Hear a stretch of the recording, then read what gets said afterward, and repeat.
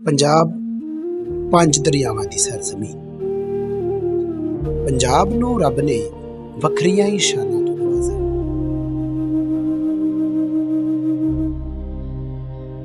ਇਹ ਜ਼ਮੀਨ ਤਹਿਜ਼ੀਬਾਂ ਦਾ ਗਾੜ ਹੈ।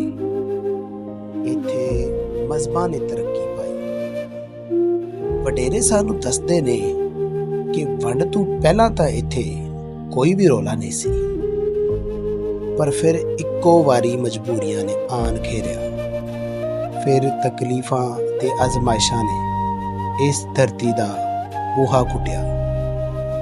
ਫਿਰ ਮੁਸੀਬਤਾਂ ਅਜ਼ਾਬ ਬਣ ਤੇ ਨਾਜ਼ਲ ਹੋਈਆਂ।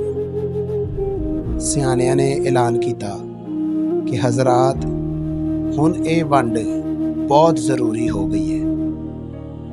ਤੇ ਫਿਰ ਇਸ ਧਰਤੀ ਤੇ ਕਿਆਮਤ ਆਈ। ਲੋਕੀ ਹੱਕੇ ਬੱਕੇ ਵੇਖਦੇ ਰਹਿ ਗਏ। ਰੋਂਦਿਆਂ ਪਿੱਟਦਿਆਂ ਸਿਸਕੀਆਂ ਭਰਦਿਆਂ ਹਿਜਰ ਦਾ ਸਫ਼ਰ ਸ਼ੁਰੂ ਹੋਇਆ, ਤੇ ਜਿਹੜਾ ਸਫ਼ਰ ਕਦੀ ਨਹੀਂ ਮੁੱਕਣਾ। ਸਭ ਕੁਝ ਪਿੱਛੇ ਰਹਿ ਗਿਆ, ਨਾਲ ਗਈਆਂ ਤੇ ਬਸ ਯਾਦਾਂ। ਭਰਾਵਾਂ ਦੀ ਵੰਡ ਤੇ ਹੁੰਦੀ ਰਹਿੰਦੀ ਹੈ, ਪਰ ਇਹ ਵੰਡ ਕਿਆਮਤ ਸੀ।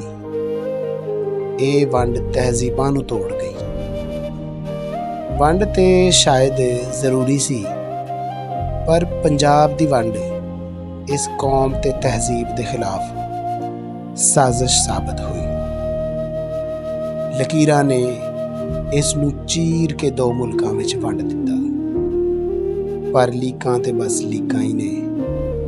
ਅੱਜ ਵੀ ਅੰਦਰੋਂ ਦੋਹਾਂ ਪਾਸੇ ਪੰਜਾਬ ਦੀ ਰੂਹ ਇੱਕ ਹੀ ਹੈ।